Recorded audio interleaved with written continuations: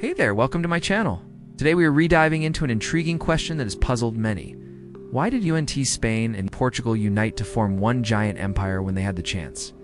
They were geographically close, culturally similar, and for most of history they shared the same religion. So why did they end up as separate nations? Well, it turns out there are plenty of reasons. Throughout the Middle Ages, both Spain and Portugal played crucial roles in the Reconquista, the period of Christian reconquest of the Iberian Peninsula from Muslim rule. Portugal's colonial empire was centered around Brazil and areas of Asia and Africa, while Spain's empire encompassed vast territories in Latin America, the Caribbean, and the Philippines. Portugal speaks Portuguese, while Spain speaks Castilian Spanish. These different languages have been a significant force in shaping distinct cultural identities. Even within Iberia, other languages such as Catalan, Galician, and Basque have also contributed to the region's linguistic and cultural diversity, which goes beyond just the two most well-known Iberian nations. These separate colonial interests may have contributed to a sense of national identity distinct from each other. During this time, the various Christian kingdoms of Iberia, including what would become Portugal and Spain, each developed their own unique dialects of Latin. We are talking about the Iberian Union from 1580 to 1640. During this time, both crowns were united under the rule of the Spanish Habsburgs. This unusual situation arose due to a succession crisis in Portugal following the death of King Sebastian I. When Sebastian I died childless in 1578, it created a succession crisis in Portugal. Portugal's strategic location along the Atlantic coast would have given this combined empire a strong naval presence, possibly altering the balance of power in Europe and even changing the course of maritime exploration and trade routes. Now that their union failed, let's continue the story. The Portuguese nobles, known as the Unionist Party, invited his uncle, the Spanish King Philip II, to become the King of Portugal. Portugal focused more on Africa, Asia, and Brazil, while Spain focused on Central and South America, the Caribbean, and the Philippines. Their conflicts over colonial territories likely reinforced a sense of national identity and rivalry, rather than promoting unity. Moreover, the rivalry extended beyond just the colonial competition. Both Spain and Portugal fiercely held on to their remaining territories, which might have made them less willing to consider unification. Throughout history, these two countries have forged their own paths, each shaping their distinct cultures and traditions. Notably, the Treaty of Windsor in 1386 is the oldest and longest-lasting alliance in the world. Signifying a bond between these two nations, they are both members of the European Union and NATO, and their alliance is considered crucial for stability and security in the region. They regularly compete in sports such as football, basketball, and athletics, and there is a sense of camaraderie along with the competition. This is reflected in their separate cultural scenes, languages, and histories. Spain and Portugal, though historically tied together, have carved their own paths, each cherishing its unique heritage and identity. Cultural exchanges play an essential role in fostering closer ties between the two nations. If you enjoyed this video, give it a thumbs up and stay tuned for more captivating historical insights. Geographical proximity alone doesn't overcome significant linguistic, cultural, and national identity differences. The Iberian Union of the 16th century serves as a reminder of what could have been, but also highlights the enduring desire for self-determination among both nations. Collaborative projects in the fields of art, literature, and film promote mutual understanding and appreciation of each other's cultures. There are regular festivals and events celebrating both Spanish and Portuguese culture in each country. Both countries actively engage in collaborative efforts to address common challenges and promote economic growth.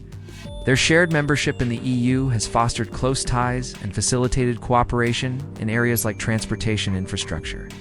For example, a high-speed rail line connects Madrid and Lisbon, further strengthening their connection. They exist as a testament to the idea that sometimes proximity doesn't breed unity, but rather it fosters remarkable diversity. But even within the context of this treaty, each nation maintained its sovereignty and individuality. Over the years, they've developed a sense of rivalry that has only strengthened their resolve to remain separate. They clung to their national identities and independence as a way to preserve their distinct cultures and heritages in an increasingly globalized world. The two nations also competed in trade, exploration, and military power, which further solidified their differences. As both empires expanded, they inevitably clashed, which might have exacerbated tensions and hindered any potential for unification. And thus the Iberian Peninsula came under the rule of a single monarch. It is worth noting that while Castilian Spanish is the official language of Spain, Spain has a rich diversity of co-official languages. The discontent was mainly due to heavy-handed Spanish rule and the imposition of new taxes. The Portuguese wanted greater autonomy and representation in the government. In 1640, a revolt led by the Braganza family restored Portuguese independence and established a new dynasty in the country. There are 5 co-official languages, alongside Castilian Spanish: Catalan, Galician, Basque, Aranese, and Spanish. Had it lasted longer or become permanent, the combined power of Spain and Portugal could have been formidable. Together, they would have controlled vast territories and resources worldwide, potentially creating a global empire like no other. Portugal emerged from the Union with a stronger sense of national identity and a desire for self-determination. The legacy of the Union is still remembered in both countries, though it's viewed differently in each place. Imagine a world where Castilian Spanish might have become the dominant language across much of the globe instead of Portuguese. Sign language is also recognized in some regions. Additionally, there are several minority languages spoken throughout the country. These dialects eventually evolved into different languages, and over time, the language spoken in Portugal diverged from that spoken in Spain, leading to the separate languages of Portuguese and Spanish. The diverse geographic location of these languages has resulted in unique dialects, and over time, they have evolved independently from Castilian Spanish. The influence of neighboring languages, particularly from France and Portugal, has also shaped some of the regional languages spoken in Spain. Basque, for example, is believed to be unrelated to any other living language in Europe and has remained relatively isolated throughout history. Yet despite this shared religious background, their paths diverged significantly. Portugal's early maritime explorations and discoveries led to the establishment of a seafaring empire, while Spain's focus remained more firmly on land-based expansion. Let's explore their intertwined histories and uncover the factors that kept these neighboring nations on separate paths. Spain and Portugal both reside on the Iberian Peninsula in southwestern Europe. Despite being neighbors, Spain and Portugal have actually never united into one empire. While they share a common location on the Iberian Peninsula, their histories took separate turns long ago. In fact, each nation has a different official name for the other. The Spanish refer to their neighbor as Portugal, while the Portuguese call Spain as. Each country sees itself as distinct and unique with its own identity. This geographical proximity is perhaps the most obvious similarity between them. For centuries, they have existed side by side, sharing a land border and maritime boundaries in the Atlantic Ocean. This physical closeness implies a natural potential for unity. After all, throughout history, numerous neighboring nations have united to form larger empires and kingdoms. However, despite their geographical proximity, several key differences have prevented Spain and Portugal from merging into one empire. Both countries share a rich history rooted in Christianity. Their different approaches to expansion can be seen in their colonial possessions. One major factor in the divergence of these two nations was the language barrier.